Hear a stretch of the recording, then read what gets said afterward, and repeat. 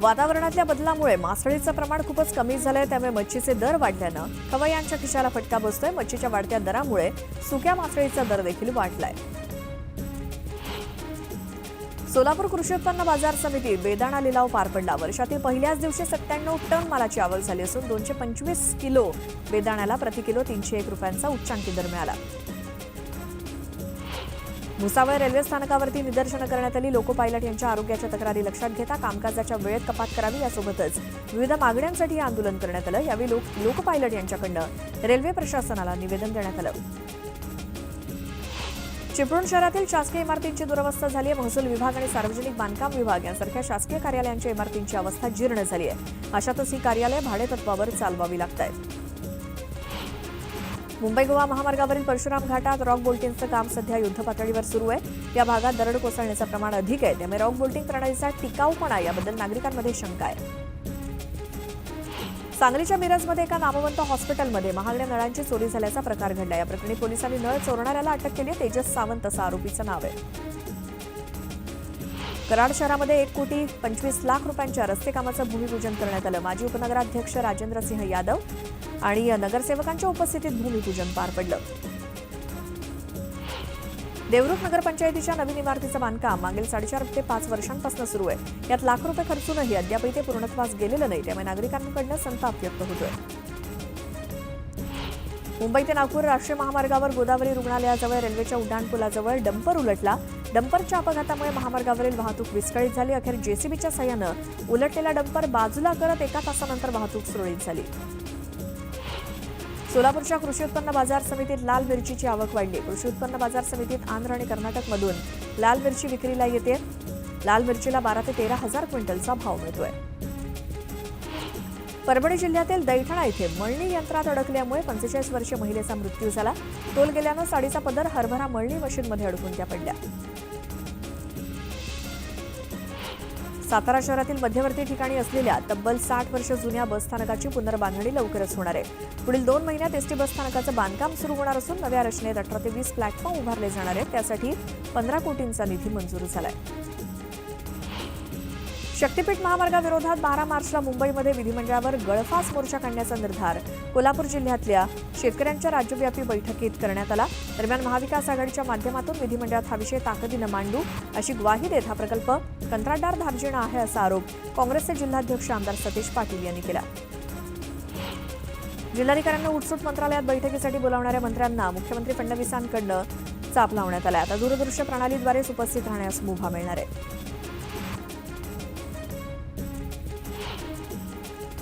98व्या अखिल भारतीय मराठी साहित्य संमेलनाला आजपासून सुरुवात होते। पंतप्रधान मोदींच्या हस्ते संमेलनाचं उद्घाटन होणार आहे।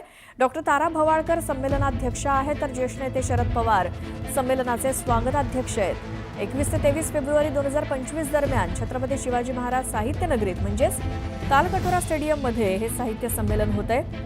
या निमित्तानं 3 दिवस विविध कार्यक्रमांची रेलचेल आहे। यामध्ये कविता, पुस्तक प्रकाशन, चर्चा, परिसंवाद, मुलाखती असे एकाहून एक कार्यक्रम होणार आहेत। यंदाच्या साहित्य संमेलनाचं आणखी एक वैशिष्ट्य म्हणजे ग्रंथदिंडीची सुरुवात देशाच्या संसदेतील छत्रपती शिवाजी महाराज, राजश्री शाहू महाराज, महात्मा ज्योतिबा फुले आणि डॉक्टर बाबासाहेब आंबेडकर यांच्या पुतळ्याला माल्यार्पण करून होणार आहे। आणि लोकशाहीच्या मंदिरातून साहित्याच्या मंदिराकडे असा हा प्रवास ग्रंथदिंडी करणार आहे। सकाळी ग्रंथदिंडी आणि ध्वजारोहण होईल, तर साहित्य महामंडळाच्या अध्यक्षा प्राध्यापक उषा तांबे यांच्या हस्ते ग्रंथदिंडीला सुरुवात होईल।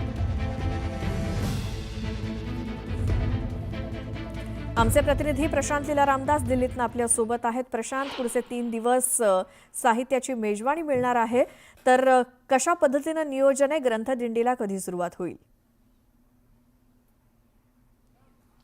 साहित्याची मेजवानी आणि साहित्यिकांची मंदिगाळी अशा प्रकारचा संपूर्ण 3 दिवसाचा हा प्रवास असणार आहे। मी सध्या छत्रपती शिवाजी महाराज जो परिसर दिलेला आहे त्या परिसरामध्ये आहे। छत्रपती शिवाजी महाराज साहित्य संमेलन परिसर आणि जर बघितलं तर प्रथम दर्शनी आपल्याला छत्रपती शिवाजी महाराजांची आपल्याला मूर्ती पाहायला मिळेल। आणि त्यानंतर जर बघितलं साहित्य सेवक कक्ष हा तयार करण्यात आलेला आहे। संमेलनाची आज साधारणतः 9:30 वाजता जर बघितलं आपण तर 9:30 वाजता ग्रंथदिंडी प्रारंभ होणार, जसा उल्लेख आपण केला लोकशाहीच्या मंदिरातून थेट साहित्य मंदिरापर्यंत हा प्रवास असणार आहे. आणि त्यामध्ये जर बघितलं आपण महत्वाचं म्हणजे हे सोबतच जर इकडे साहित्य सेवक कक्ष असणार आहे, समोर जर बघितलं आपण तर्कतीर्थ लक्ष्मण शास्त्री जोशी ग्रंथनगरी आहे. 105 स्टॉल इथे असणार आहे. या 105 स्टॉलमध्ये जर बघितलं आपण तर महाराष्ट्रातून विविध स्टॉल इथे आलेले आहेत. सोबतच जर बघितलं इथे साहित्य रसिकांसाठी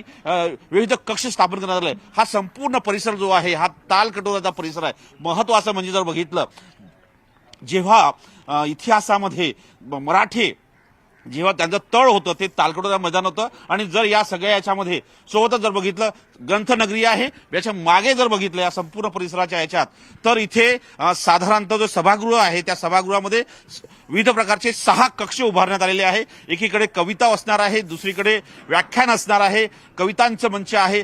ज्या ज्या कवितांना कवींना संधी मिळणार नाही त्यांसाठी एक वेगळा कवीचा कट्टा उभारण्यात आलेला आहे. एक प्रकारे असं म्हणावं लागेल की जसं मी सुरुवातीला बोललो की साहित्याचा प्रवास असणार आहे आणि साहित्यिकांची मंदिगाळी असणार आहे. अशा प्रकारचं संपूर्ण वातावरण असणार आहे. आज दुपारी 3:30 वाजता विज्ञान भवनामध्ये पंतप्रधान नरेंद्र मोदी यांच्या उपस्थितीमध्ये आणि राज्याचे मुख्यमंत्री देवेंद्र फडणवीस यांच्या उपस्थितीत या संपूर्ण साहित्य संमेलनाचं उद्घाटन होणार आहे. पंतप्रधान नरेंद्र मोदीशी दुसरे पंतप्रधान असेल नेहरू नंतर जे मराठी साहित्य संमेलनाचं उद्घाटन करणार आहे. सोबतच जर बघितलं आपण हे अत्यंत महत्वाचं आहे की या निमित्ताने एक संपूर्ण मराठी साहित्याला अभिजात भाषेचा दर्जा मिळाल्यानंतर हा त्यानंतरचा सर्वात मोठा कार्यक्रम असेल. आणि जर आपल्याला ग्रंथनगरी जर पाहायची असेल तर स्टॉल उभारलेले आहेत. संपूर्ण महाराष्ट्रातून स्टॉल आले आपल्याला पाहायला मिळेल. हे संपूर्ण हे जे स्टॉल आहे या स्टॉलमध्ये साधारणतः दिल्लीमध्ये 4 लाख मराठी लोक राहतात, विविध भागांमध्ये राहतात आणि त्या सगळ्यांना इथे मराठी साहित्याची उपलब्धता असणार आहे. त्यासाठी ही सर्व तयारी करण्यात आली आहे. आणि महत्वाचं म्हणजे जर बघितलं या सगळ्यांमध्ये हे जे स्टॉल आहे यामध्ये मराठी साहित्य असणारच आहे, पण सोबतच ज्या पद्धतीनं एकीकडे जर बघितलं आपण तर दिल्लीचं काय महत्व आहे मराठीच्या संदर्भात ते देखील यामध्ये उद्घोषित करण्याचा प्रयत्न या निमित्ताने होणार आहे. एक श्वेता अजून हे अत्यंत महत्वाचं म्हणजे या संपूर्ण 3 दिवसामध्ये कार्यक्रमांची रेलचेल असणार आहे साहित्यिकांसाठी, मराठी जनांसाठी. बिलकुल प्रशांत, अगदी बरोबर आहे. आणि ज्या वेळेला 9:30 वाजता ग्रंथदिंडीला सुरुवात होईल पुन्हा तुमच्याकडे येऊच आणि याचं विस्तार बातमी बघूया. 3 दशकांपूर्वीच्या एका प्रकरणामध्ये राज्याचे कृषी मंत्री दोषी ठरलेत. माणिकराव कोकाटेंना 2 वर्षांचा तुरुंगवास आणि 50,000 रुपयांचा दंड ठोठावला गेलाय. मंत्रिपद स्वीकारल्यापासूनच आपल्या वादग्रस्त वक्तव्यामुळे सतत चर्चेत असलेल्या कोकाटेंचा पाय या प्रकरणामुळे जास्तच खोलात गेलाय आणि कोर्टानं त्यांना लागलीच जामीन मंजूर केलाय. तरी देखील नियमानुसार त्यांचं मंत्रिपद आणि आमदारकीवरती टांगती तलवार आहे.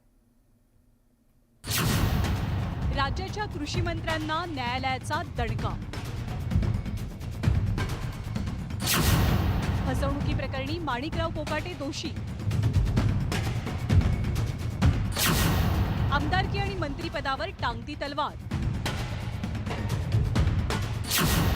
अजितदादांचा आणखी एक मंत्री अडचणीत.